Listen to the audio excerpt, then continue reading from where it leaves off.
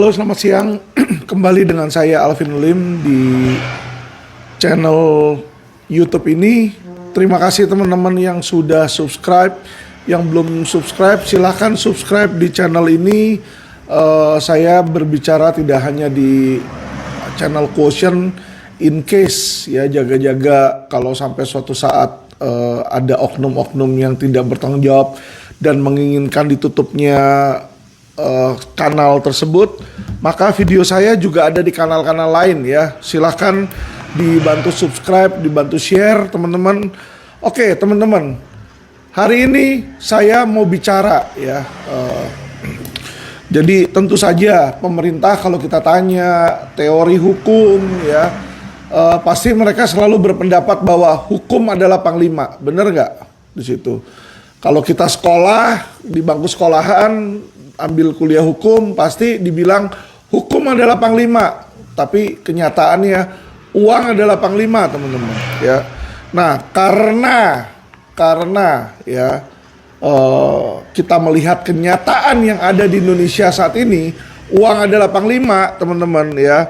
Saya mau memberikan informasi ya. Jadi gini teman-teman, sorry kalau kita terkena dan menjadi korban kejahatan ya, sorry nih kalau kita jadi korban kejahatan suatu saat dan kalian beranggapan ya, merasa bahwa hukum itu akan membantu ya, tidak. Yang akan membantu itu uang ya. Jadi saya akan berbicara dan saya akan memberikan informasi ya, berdasarkan pengalaman saya, berapa jumlah dana yang dibutuhkan dari sebuah laporan polisi beserta step-stepnya sampai tersangka nih ya. Jadi ini praktek-praktek yang terjadi teman-teman ya, baik di Polsek, di Polres nih, di Polda Metro Jaya ya. Jadi selama ini teman-teman ya kan, kita ini saya ini selalu dimintain uang teman-teman ya, selalu di situ dimintain uang ya oleh oknum-oknum ya. Saya bicara oknum, oleh oknum Polri. Nah karena uang adalah panglima, ada bagusnya saya kasih informasi. Jadi gini teman-teman, saya nggak ngajarin teman-teman untuk menyogok atau menyuap, tidak ya. Tapi minimal kalau teman-teman melakukan hal tersebut, ya kan, inilah sesuatu yang wajib diketahui. Karena banyak orang berpikir ya, nanti saya kasih aja ala kadarnya, pasti laporan itu diproses. Tidak, sorry ya. Jadi saya bilang sama teman-teman ya, kemungkinan laporan polisi kalian diproses, laporan pidana diproses tanpa uang, kemungkinannya sangat kecil ya. Apalagi kalau lawan kalian adalah raksasa atau lawan kalian adalah golongan yang punya uang. Saya yakin mereka lah yang akan menggunakan uang untuk menyogok atau menyuap ya. Jadi sekali lagi teman-teman, jangan salah artikan, video ini bukannya saya ngajarin orang, tapi saya mau berbicara tentang fakta lapangan. Fakta lapangan apa yang terjadi, berapa ini yang kami lawyer ini harus keluarkan ya. Jadi dulu sebelum saya menganut aliran lurus ya, saya mengikuti seperti yang saya bilang teman-teman ya. Saya jujur, saya terus terang, dulu saya mengikuti aliran mereka. Nah ini video ini saya mau memberikan informasi ya. Jadi kita pertama kali datang itu harus lapor namanya ya, lapor polisi kalau mau bikin laporan polisi. Lapornya di mana? Di sebuah tempat kantor polisi yang namanya SPKT. Jadi kalau mau bikin laporan polisi ke SPKT, tanya ke situ, saya mau bikin laporan polisi di mana di SPKT. Nah nanti di SPKT itu teman-teman ya, di SPKT itu singkatan dari Sentra Pelayanan Kepolisian Terpadu, Sentra Pelayanan Kepolisian Terpadu SPKT. Nah di SPKT ini kita akan ditanya, biasa datang ya kalau jalur yang nggak pakai duit, datang dulu ditanyain macam-macam, ono ini, rekomendasi dulu di situ teman-teman. Jadi habis daftar, rekom dulu, nanti ada krim ada krim sus di situ ya. Nah udah rekom, nanti balik lagi ke orang SPKT-nya lagi di situ, diketik baru di sini ya. Nah tapi itu bagi yang nggak bayar teman-teman, itu pun saya yakin akan ada oknum lah ya yang mencoba meminta, teman-teman. Ya, sekali lagi nggak ada tarif, ya teman-teman. Jadi lapor di SPKT itu sebenarnya gratis sebenarnya, ya. Tapi biasanya mereka selalu berargu sama kita, wah Pak, buat tinta aja bayar nih, buat ono bayar, oke lah. Ya, jadi dulu ketika kami ini pakai jalur VIP namanya, jalur VIP atau karpet merah, itu biasanya kita berhubungan langsung ada orang dalamnya lah gitu ya. Apakah pegawai ataukah kepala SPKT-nya atau kanitnya, kepala jaganya ya. Jadi ada orang-orangnya lah di situ, orang-orang di situ yang menerima aduan. Nah ini yang dimana kalau dia tahu, wah ini lawyer nih sering datang kan, wah dapat kasus pasti dapat uang, ya makanya selalu dimintain di situ. Tapi ya sebenarnya sih ya hukumnya aja, hukum Indonesia melarang di situ, bukannya kita nggak mau berbagi ya sebenarnya sebagai lawyer berbagi rezeki kita nggak bermasalah. Tetapi yang jadi masalah ini adalah melanggar undang-undang, karena undang-undang itu bilang kita nggak boleh kasih gratifikasi kepada pegawai negeri sipil, teman-teman. Di situ aja yang jadi masalah ya. Sedangkan budayanya ya sudah merupakan kebiasaan ngasih di situ. Oke, jadi untuk dapetin red carpet itu berkisar antara 1 juta sampai 1,5 juta ya. Nah dengan ngasih seperti itu biasanya sudah nggak ada lewat rekam-rekom lagi tuh. Itu kita udah dikasih form, ditanyain nama siapa, dugaan pidananya apa, ini. Jadi nggak dipersulit teman-teman ya. Kayak bikin SIM lah, bikin SIM kalau teman-teman nembak, ya kan. Nembak kan cuma tinggal cetrek, foto, ya kan. Nggak ikut ujian toh, ya kan. Pasti teman-teman di sini masyarakat netizen tahu kalau yang sistem nembak SIM itu nggak mungkin ada tes tertulis sama tes praktek. Langsung foto, bayar. Tapi jumlah harganya lebih mahal daripada harga biasa. Ini pun sama teman-teman. Jadi kalau di SPKT itu kasih duit, ya kan, cepet itu bikinnya. Jadi kadang-kadang antrian pun kita lewatin. Kita langsung ke belakang, di belakang. Dilayaninnya di belakang, di kantor dia langsung ya. Nah, itu satu pertama kali ya. Jadi kita bayar di sana 1 sampai 1,5 juta. Nah, kalau kita ada penyidik atau orang yang kita kenal mau minta nanganin, itu beda lagi teman-teman, beda lagi. Jadi ketika SPKT itu sudah menerbitkan yang namanya laporan polisi, biasanya kita foto, kita kasih ke teman kita nih, orang penyidik nih misalnya ya. Penyidik apa? Misalnya kita ada kasus, tergantung nih kasusnya kriminal umum apa kriminal khusus. Kalau kriminal umum ya harus penyidik dari kriminal umum teman-teman. Kalau kriminal khusus, penyidik dari kriminal khusus. Nah, misalnya saya ada kasus penipuan investasi bodong. Nah, kita harus hubungin orang krimsus, penyidik krimsus. Nah, kita bisa milih tuh sebenarnya mau ditaruh di mana, ditempatin di mana. Yang pakai duit bisa milih teman-teman. Ya, caranya kita kontak penyidik tersebut. Nah, penyidik tersebut minta uang untuk diurus ke BinOps. Jadi penyidiknya bisa urus atau kita bisa ke BinOps dan dimintakan untuk didisposisi ke unit mana yang kita mau. Jadi misalnya saya mau masukin ke Vismondev ya unit 2, penyidiknya namanya A di situ ya kan. Nah, saya bisa ke BinOps ya kan, dimintain uang. Nah, itu biayanya biasanya minimal 5 juta, teman-teman. Minimal 5 juta. Jadi kalau tadi 1,5 juta tambah 5 juta udah 6 juta nih, teman-teman. Nah, itu 6 juta baru panggilan tersebut, laporan polisi tersebut jatuh ke unit yang kita mau, penyidik yang kita mau, teman-teman. Ya. Nah, biasanya kita ngasih duit lagi nggak nih ke tim penyidik? Ya. Biasanya kalau nggak dikasih duit, mereka akan malas jalanin. Ya. Mereka kan males jalanin, teman-teman. Jadi tadi nih juga saya lupa jelasin, kalau kita nggak bayar yang 5 juta, kita cuma bikin laporan polisi, terus sudah antepin situ ya. Yang terjadi sama kayak kemarin laporan ITE saya. Jadi saya ada laporan ITE ya di bulan Mei, itu tentang apa? Di bulan Juni tanggal 6, itu 6 Juni saya ada laporin tuh. Dimana video saya ini di edit-edit orang, ya kan? Jadi saya laporin ke sana. Nah, karena saya tidak mau bayar, saya tidak mau nyuap, ya kan, laporan saya teman-teman jalan-jalan dulu ya.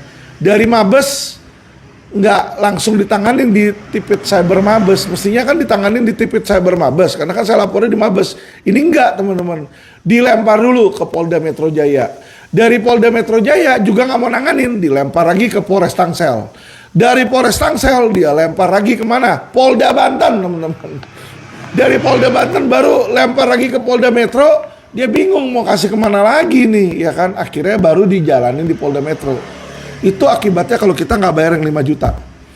Nah kalau kita udah bayar, ya kan, atau kalau kita nggak bayar, otomatis akhirnya nyangkut juga sih pasti. Akhirnya dikerjain juga. Tapi di sini teman-teman, ya di dalam kasus saya sudah habis dulu 3 bulan untuk muter-muter dulu tuh. Ya, jadi ini bedanya servis bayar dan nggak bayar di kepolisian.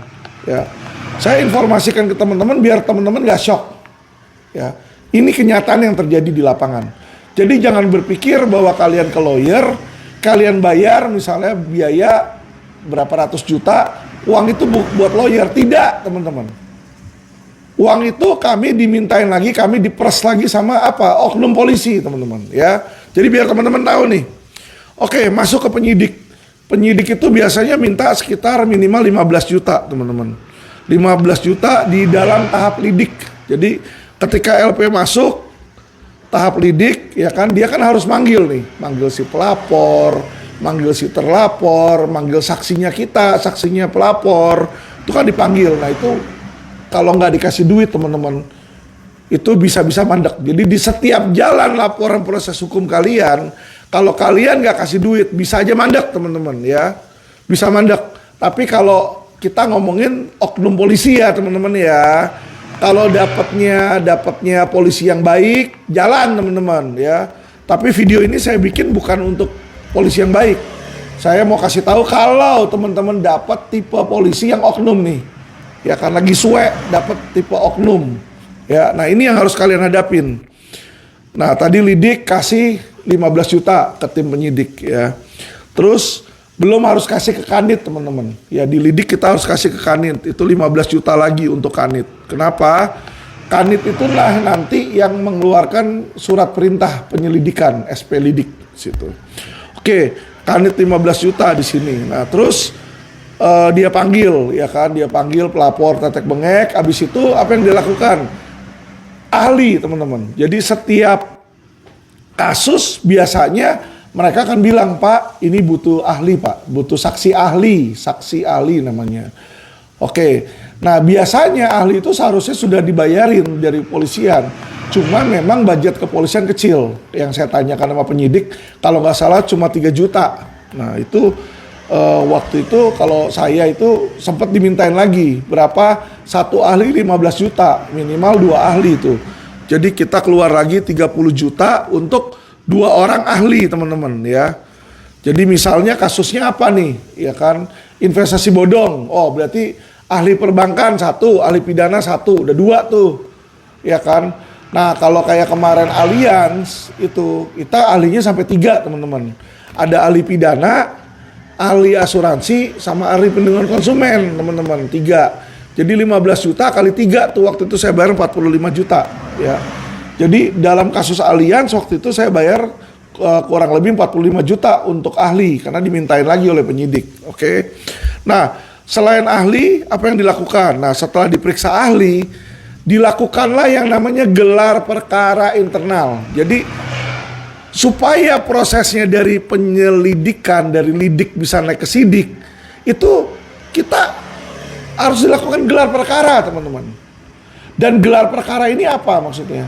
Gelar perkara yang dimaksud di sini untuk naik dari lidik ke sidik itu kita nggak hadir, pelapor sama terlapor nggak hadir. Jadi cuma internalnya polisi aja. Jadi di mana penyidik nanti ketemu gelar di wasidik. Nah di situ nanti ada orang-orang lah yang lebih senior lah ya, mungkin kanit-kanit dari divisi-divisi lain ya untuk menentukan nih kasus ini layak atau enggak naik sidik. Nah itu penyidiknya samperin ke saya, Pak Alvin, Bapak mau kasus LP Allianz naik toh katanya. Oke, untuk supaya Allianz ini naik ya kan, kita harus kasih. Saya tanya, Pak ada berapa Pak? Ya kurang lebih ada 8 orang lah. 8 orang apa Pak? Peserta gelar 8 orang. Satu peserta berapa? Amplopin lah Pak, minimal 5 juta satu orang. Oke. 8 kali 5, 40 juta lagi kita keluar waktu itu ya. Untuk apa? Untuk gelar perkara teman-teman. Jadi untuk gelar perkara tuh keluar lagi 40 juta. Nah dari situ 40 juta untuk gelar perkara, naiklah ke penyidikan. Wah. Naik ke penyidikan teman-teman. Ketika naik penyidikan, nggak stop di situ. Penyidiknya minta duit lagi. Bang, kemarin kan beda. Itu kan buat lidik. Sekarang buat sidik. Kan saya harus ke sono ngirim surat panggilan, perlu duit ongkos. Ya kan? Terus belum surat-surat yang lain lah bang, kata dia kan, tinta dan lain-lain. Oke, berapa? Saya tanya. 15 juta lagi untuk tim, ya untuk tim penyidik, kasih lagi 15 juta. Oke. Nah, terus di sini apa yang terjadi? Kanit minta lagi 15 di situ, ya. Kanit. Nah, ditambah lagi teman-teman, di sini diminta lah Kasubdit. Jadi kepala Kasubdit atau yang namanya Kasat itu info dari penyidik dia minta. Nah, Kanit Kasubdit berapa? Nggak bisa 15 juta. Kasubdit itu levelnya posisinya di atasnya Kanit. Kalau di Polda Kanitnya itu Kompol ya bunga 2. Kalau di Polda Kasubdit itu bunga 3, kembang 3 atau AKBP teman-teman. Nah, itu minimal 25 juta tuh ya di situ 25 juta untuk Kasubdit. Oke. Nah, sampai sini belum selesai teman-teman ya kan Kasubdit. Nah, Panit minta lagi. Oke, Panit kita kasih lagi deh 10 ke Panit ya teman-teman ya. Oke, nah apa yang terjadi dari sini? Ya kan, gelar perkara teman-teman. Ya toh, karena kita udah kasih lagi, ya kan kita udah kasih, lancar semua. Nah, digelar nih, mau digelar lagi. Untuk apa kali ini? Kalau tadi yang gelar pertama adalah dari lidik naik ke sidik, kali ini adalah gelar untuk dari sidik jadi tersangka, itu minta lagi, ya saya diminta lagi di situ. Jadi otomatis naik sidik waktu itu ke TSK dia minta lebih banyak. Oke, kita kasih 70 juta waktu itu ya untuk gelar TSK teman-teman. Karena kalau TSK itu bisa ditangkap, bisa ditahan. Nah, udah nih sampai TSK nih 70 juta di sini ya. 70 juta kita bayar untuk TSK-nya aja nih. Untuk gelar perkara, gelar perkara TSK nih teman-teman ya kan. Akhirnya alhasil jadilah TSK. Apa yang terjadi? Yang namanya TSK orang dipanggil susah datang teman-teman. Susah datang si terlapornya. Alasan sakit lah, ono lah, inilah, itulah. Ya namanya dipanggil jadi tersangka nggak datang-datang kan kasus kita nggak jalan kan. Jadi apa yang harus dilakukan? Dia bilang, Pak Alvin mau nggak kita yang namanya jemput paksa? Situ. Oke. Berapa bang jemput paksa? Duit lagi teman-teman, ya kan? Kita kasih lagi misalnya 15 juta di situ, ya. Jadi ini teman-teman ya, sebenarnya nggak ada rate pasti. Rate pasti berapa? Karena tidak ada ini nggak tercantum. Secara hukum itu semua gratis. Tapi kalau kita semuanya gratis, saya yakin, ya kan? Kemungkinan besar laporan polisi nggak akan jalan di situ. Coba tanya ke lawyer, tanya ke orang-orang yang berhasil menjalankan laporan polisi. Itu biasanya keluar duit mereka. Ya, di situ kenyataannya oknum-oknum itu banyak dalam reskrim, ya. Oknum-oknum penyidik. Nah, keluar lagi 15 juta di situ untuk apa? Untuk jemput paksa di situ. Untuk jemput paksa atau istilahnya untuk supaya dipanggil paksa situ. Oke. Nah, jadi teman-teman, ini kita bicara sampai tersangkanya aja udah habis berapa nih, kita coba hitung ya. 5, 15, 20, 20 tambah 15, 35 tambah 30, 65, 65 tambah 5, 70, 70 tambah 45, 115 tambah 15, 130, 130 tambah 15, 145, 145 tambah 25, 170 tambah 10, 180, 180 tambah 70 lagi, 250 tambah 15, ya 265 nih di sini. 265 ini teman-teman, sorry, masih di kepolisian. masih di kepolisian. Dan ini di luar teman-teman ya, di luar biaya-biaya lain. Jadi misalnya penyidik bilang, aku mau bicarain dong tentang kasus. Oke, yuk ketemu di mana? Di Kopitiam. Kalau di Polda Metro tuh ada Kopitiam di situ teman-teman ya. Makan dulu. Nah nanti penyidik itu akan bawa teman-temannya. Di situ rame-rame 7 orang, 8 orang. Ya sehingga apa? Ya kita bayarin makan dan lain-lain ya. Jadi ini 265 nih baru dari laporan polisi sampai tersangka teman-teman. Jadi kalau kalian dicas sama lawyer 300 juta, misalnya nih dicas sama lawyer 300 juta, potong di sini aja 265, sisanya cuma 35 juta nih. Belum itu biaya dia bayarin makan, belum biaya bensin dia. Ya, jadi teman-teman asal teman-teman tahu ya. Kalau laporan yang mau jalan nggak bisa itu biaya 1 juta, 2 juta, 3 juta perak teman-teman. Ya, harus ratusan juta di sini. Karena balik lagi, kenyataan di Indonesia masih uang adalah panglima. Ya, ini buat LP itu jalan. Belum di kejaksaan.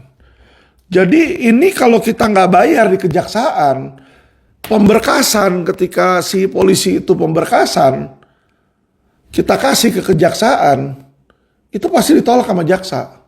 Nah, untuk pemberkasan aja polisi minta duit lagi, teman-teman ya. Kita dimintain lagi 15 juta untuk pemberkasan. Kenapa sih pemberkasan ada duit?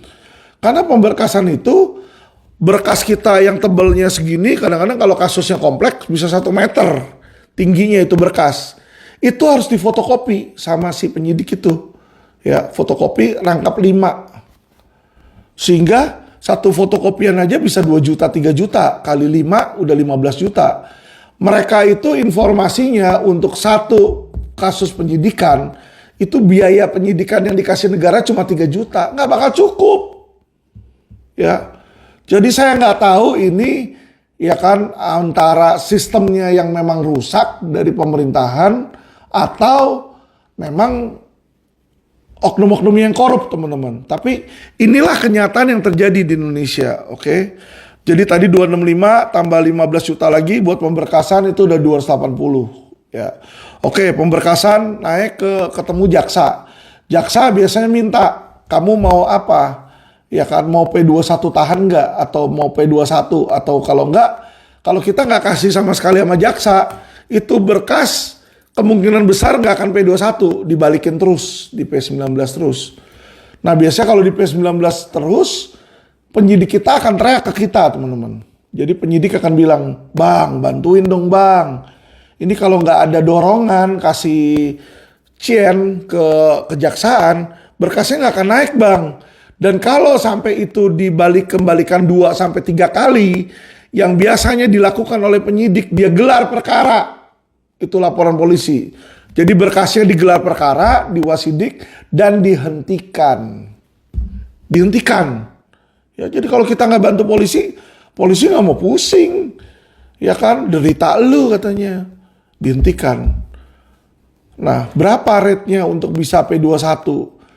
Untuk P21, jaksa minimal minta tuh antara 50 sampai 100 juta, teman-teman. Ya, itu yang diminta. Kurang lebih antara 50 sampai 100 juta untuk kejaksaan. Itu untuk P21, jadi diterima berkasnya. Nah, belum lagi kalau kita mau si tersangkanya ini ditahan. Biasanya mereka minta duit lagi. Ya. Nah, ditahan, dia minta lagi 100 sampai 150 juta di situ. Jadi untuk P21 tahan kurang lebih sekitar 200, teman-teman. Antara 150 sampai 200. Itu P21 ditahan sama jaksa, nggak akan dipersulit berkas kita.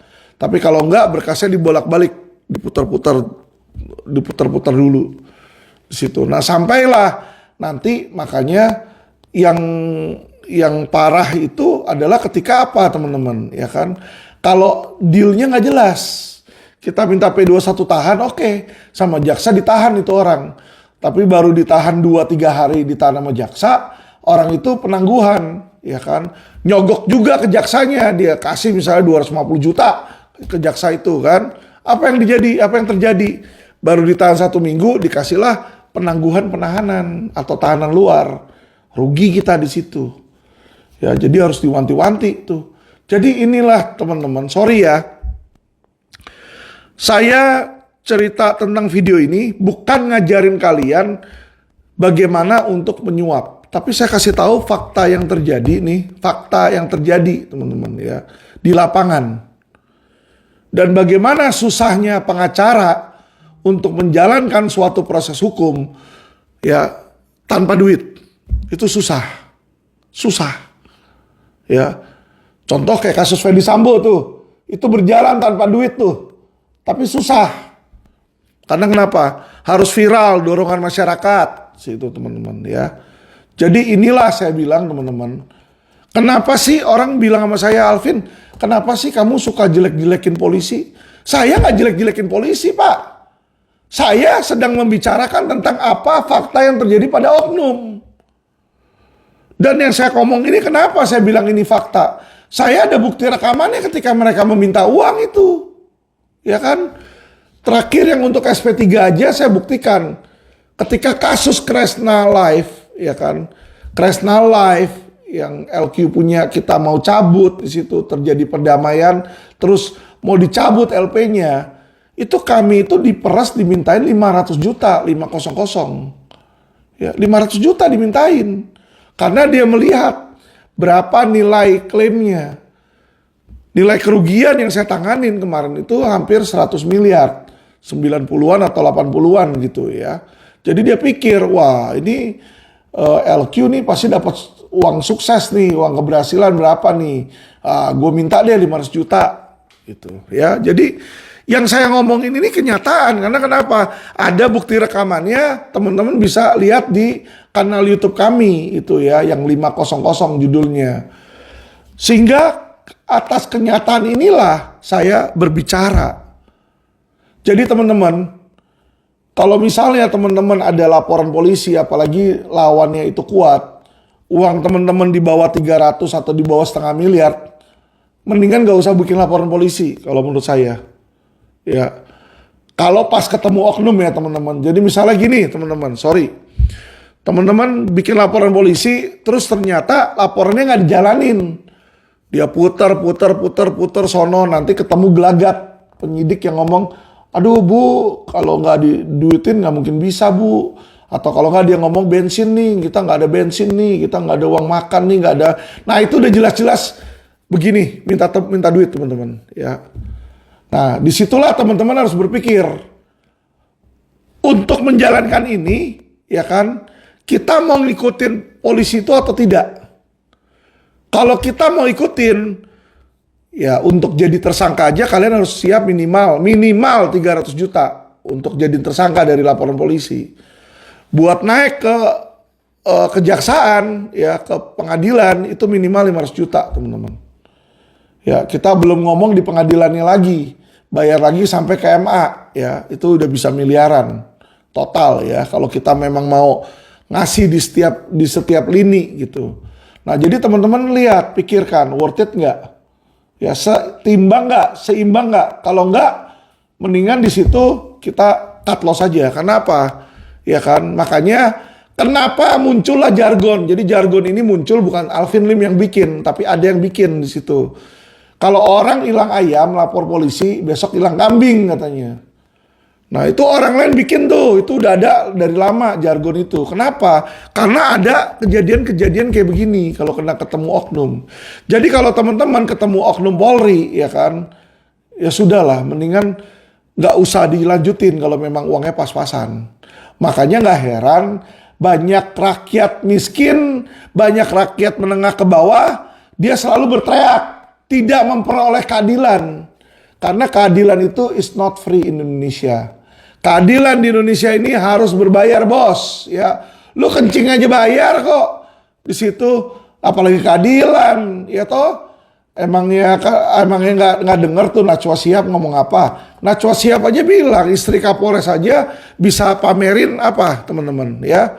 Bisa pamerin naik sepeda 300 juta, itu sepeda masih kecil, itu istri Kapolres. Kemarin yang bintang 1 tuh ke Jambi naik apa? Private jet, tuh udah beda bos, ya.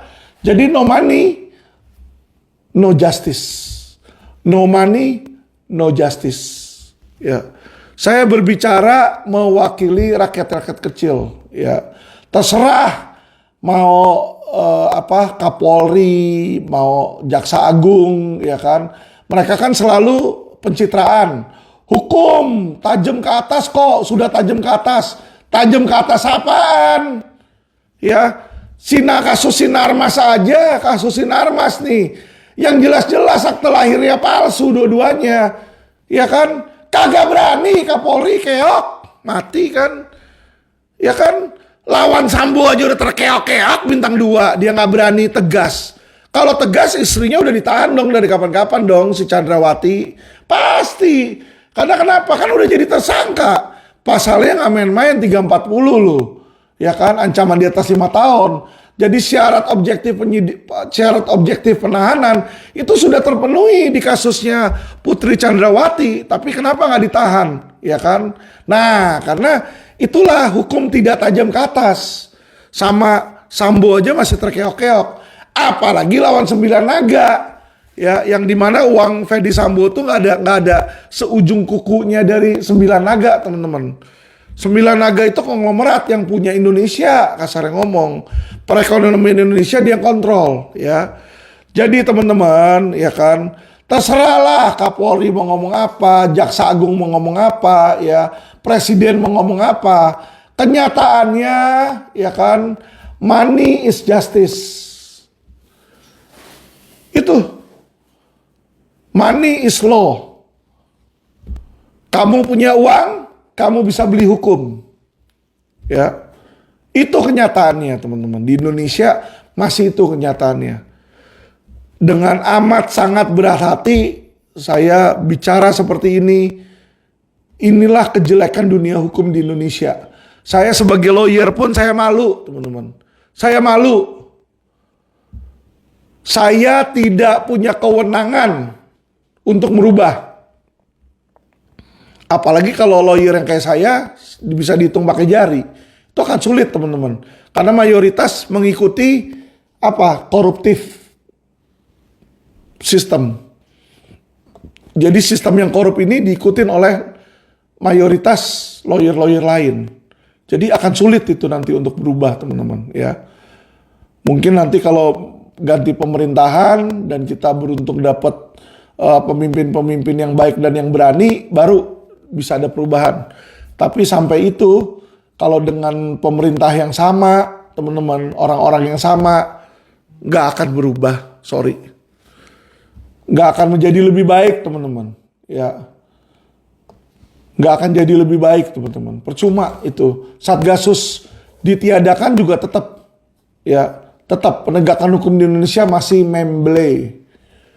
Uang adalah panglima, teman-teman, ya. Jadi makanya nggak heran banyak orang lebih takut miskin dibanding apa? Dibanding ada duit, teman-teman.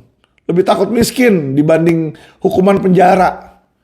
Jadi dia pikir lebih baik gue di penjara. Di penjara gue ada duit, gue bisa beli kamar mewah, bisa pakai AC, bisa keluar-keluar jalan-jalan. Bisa bawa artis ke dalam penjara, teman-teman. Itulah Indonesia. Toh saya bingung itu penjara atau hotel. Tapi ya itu yang terjadi.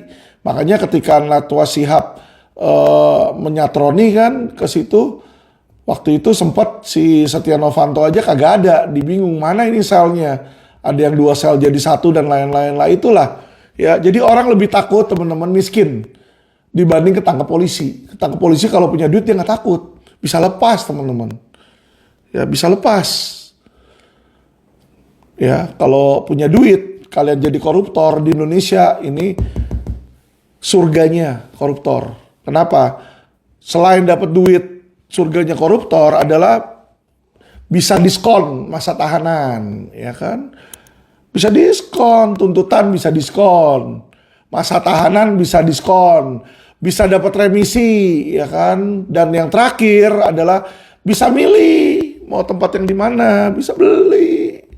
Hebat itu hukum, ya. Jadi itulah, teman-teman, di edisi Uang Adalah Panglima, ya, judul video ini, film ini, Uang Adalah Panglima. Ini kurang lebih, ya, estimasi kurang lebih biaya untuk pembuatan sebuah laporan polisi untuk menjalankan sebuah proses hukum ini kira-kira biaya yang harus dibayar. Jadi kalau teman-teman nggak mampu ya kan, mendingan lupakan aja ya. Jadi lebih baik, makanya percuma lapor polisi itu ya begitu, karena banyak oknum, dan kalau ketemu oknum ya lebih baik kalau menurut saya sih lupakan daripada hilang duit ya kan, keadilan juga nanti nggak diperoleh, suwe-suwe malah kita dilaporin balik jadi tersangka nanti teman-teman ya. Jadi kalau laporan kita laporin orang, terus laporan kita dihentikan, nanti kita bisa dilaporin dengan pasal membuat laporan palsu, aduan palsu teman-teman. Dan kita dijeblosin balik ke penjara, kan lucu itu ya. Jadi ini teman-teman pelajaran buat teman-teman, kisah nyata di Indonesia ya.